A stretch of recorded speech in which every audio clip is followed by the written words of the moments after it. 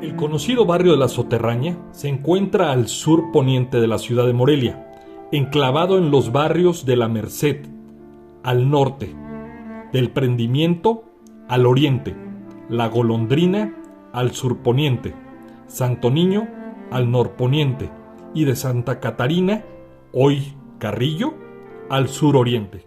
La nomenclatura o nombre de las calles del barrio de la Soterraña del siglo XVIII y XIX era para identificar algún edificio o recordar algún suceso, encontrando nombres como del licor, del olvido, ruido, del miedo, de la industria, aurora, guapo, del pichel y la Soterraña. El barrio de la Soterraña se urbanizó en el siglo XVIII en el barrio de la Merced, en torno de la capilla de la Virgen de la Soterraña. La veneración de esta imagen inicia en el año de 1392, cuando fue encontrada enterrada en una cueva en la colina del entonces poblado de Nieva, Segovia, en el Reino de Castilla, la que había sido escondida para protegerla de los árabes, nombrándole después Santa María la Real de Nieva, Virgen de la Soterraña o Soterraña de Nieva.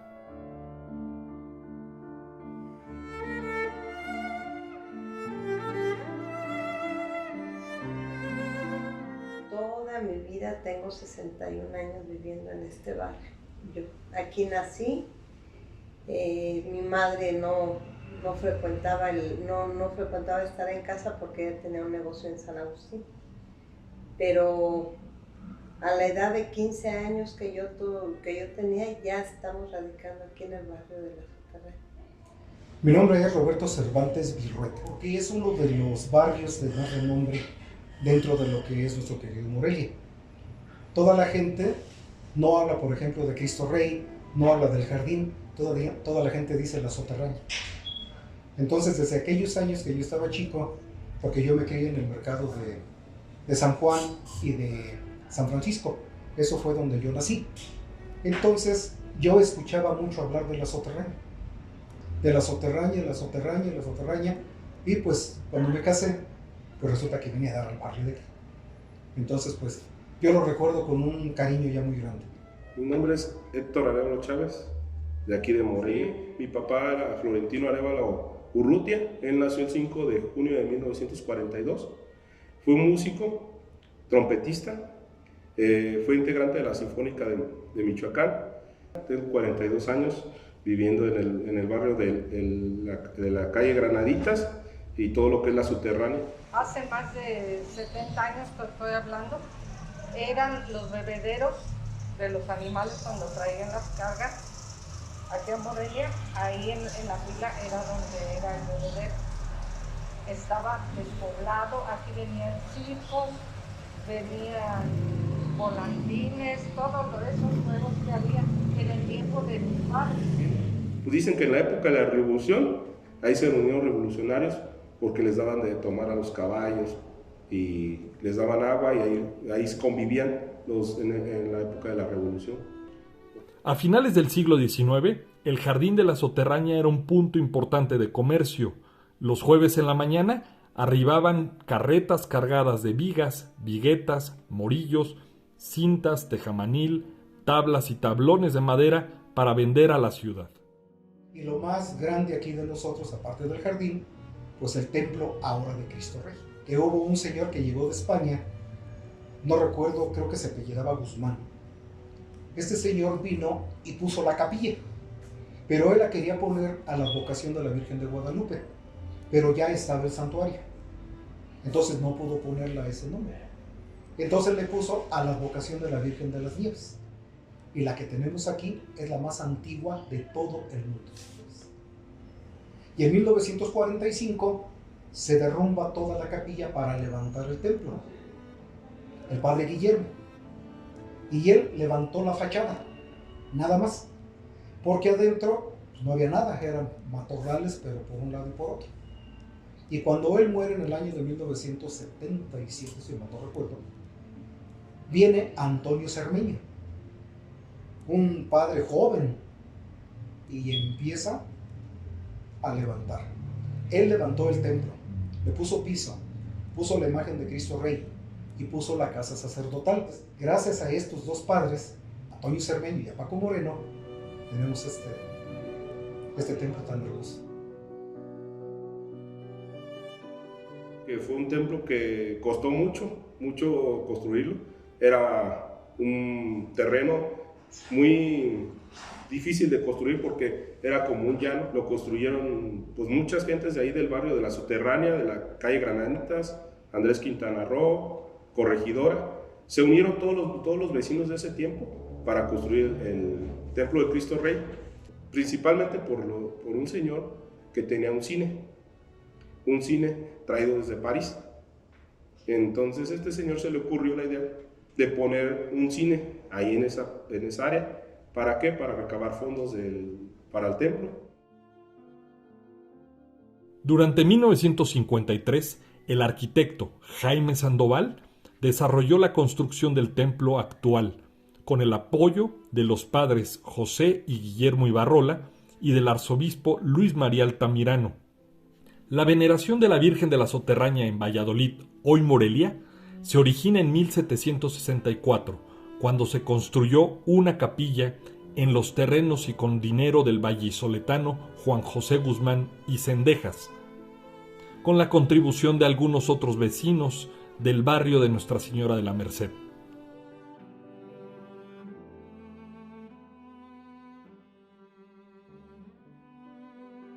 De aquellos años recuerdo también a una señora en el jardín que llegó a vender enchiladas. Recuerdo una tiendita chica también en Guerrero, unos viejitos que vendían dulces de leche. Pues hemos tenido aquí muchos lugares icónicos, porque aquí donde hay unas oficinas de gobierno, ahí fue vecindad. Fue una vecindad de las más grandes de Morelia, e inclusive ahí vivió Pito Pérez. Luego en la esquina de Guerrero con Quintana Roo estuvo una fábrica de rebozos. Y en la esquina de Monte de las Cruces con Guerrero, en aquellos años hubo un pequeño teatro. Y al mismo tiempo se hacían peleas de gallos. De la Subterránea estuvo la XI, una radiodifusora cerca de ahí, la del doctor Odiel López Rivera. La fábrica de Ates, donde hoy es la Caja Popular, los baños de la Subterránea. Pues todo el mundo subía de aquí abajo del área de Rayón, del área de Galeana, subían al pan, al jarochita. Ya era famoso el pan de la jarochita, pan muy rico, muy sabroso. La jarochita está desde 1938. Mi abuelito era Aurelio Altamirano García y mi abuelita Guadalupe Cedeño Vargas. Mis abuelitos anduvieron en la Revolución. Ellos, mi abuelita pues nomás lo seguía, ¿verdad? Y tocó que mi tía, la hija mayor, nació en Tuxpan, Veracruz. Y lo curioso, no conocía ella Tuxpan, nunca fue a Veracruz. La ciudad tenía muchas panaderías, sobre todo el centro.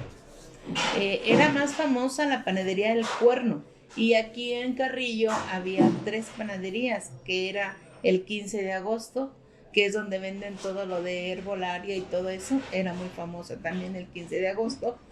Y estaba La Marina, era otra panadería que estaba ahí por donde está ahora la tienda La Frontera, por ahí. Y más arriba estaba otra tienda que creo que no tenía nombre, nomás sé que se llamaba El Señor Don Gonzalo, el que también era muy famoso. Su pan se trabaja a mano, artesanalmente, no hay maquinaria, el horno todavía es de bóveda. Los quemadores con los que se calienta el horno son motores alemanes desde hace más de 90 años, ¿verdad? Entonces, y ahí sigue en pie todavía.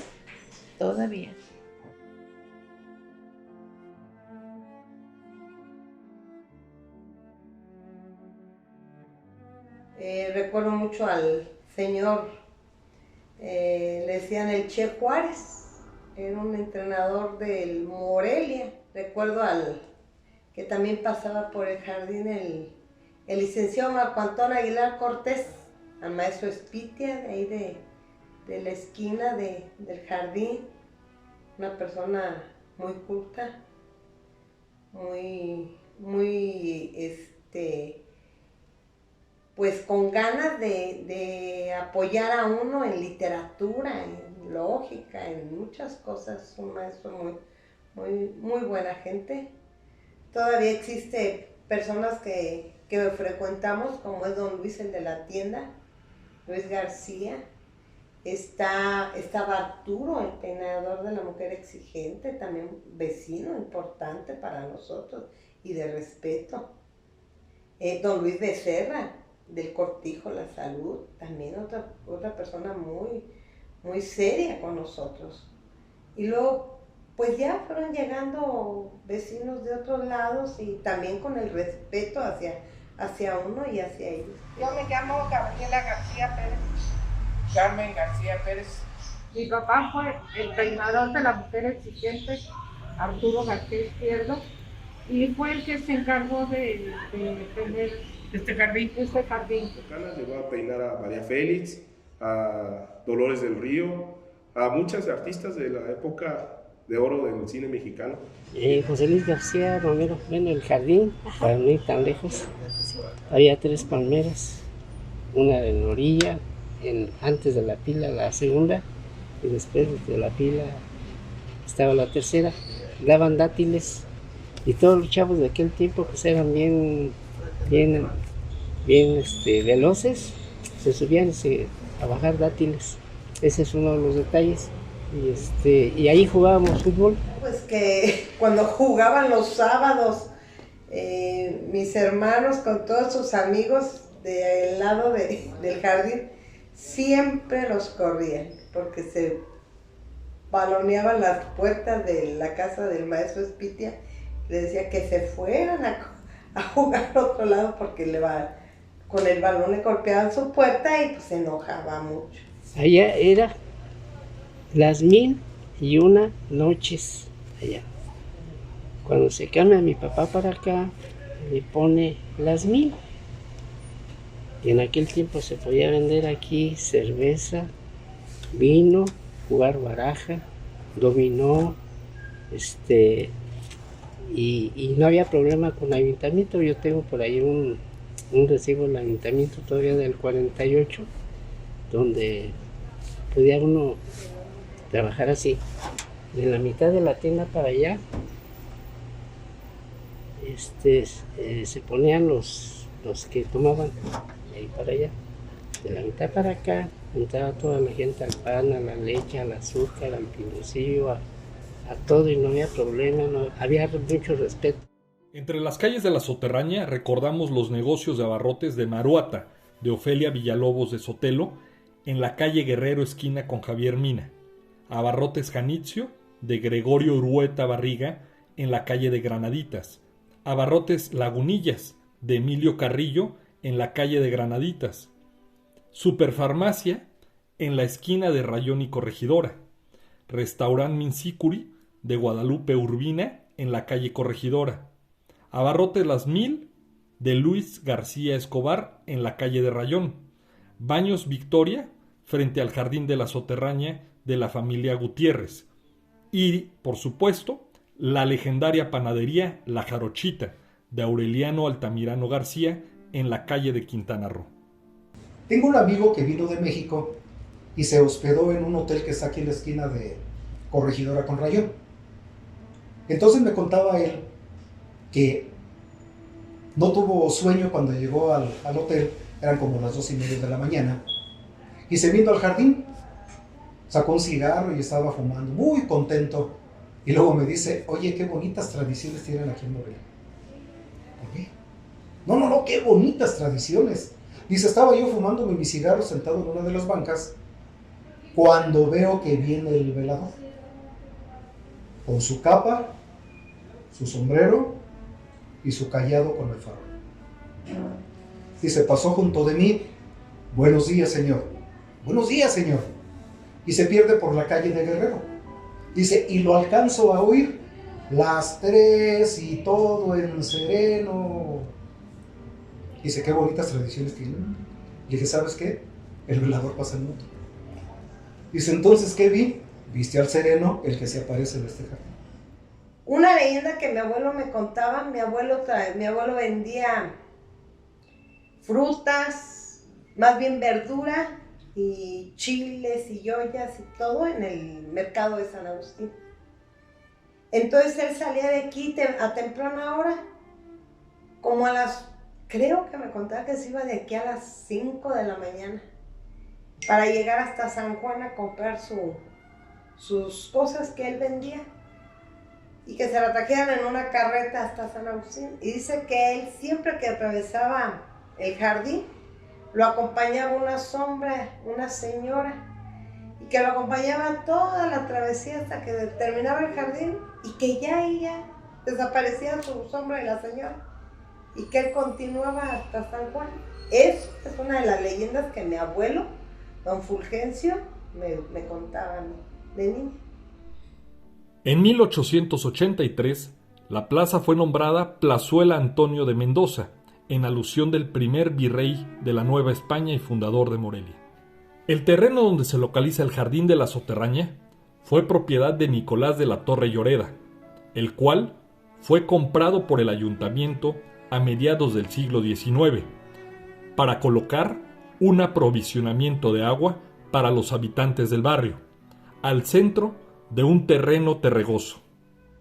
Y ahora que hay los cafés que están poniendo nuevos, ahí creo que ha sido importante porque se está rescatando el barrio.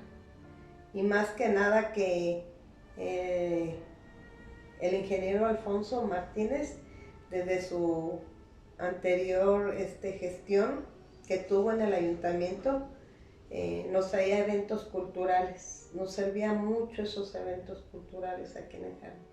Y pues ahorita agradecemos de que estén remodelándolo, estén haciendo algo por el jardín. Y era necesario, era urgente ver al jardín y ayudarlo un poco. En la actualidad, la plaza lleva el nombre oficial de Jardín Rayón, en memoria del ilustre insurgente Ignacio López Rayón.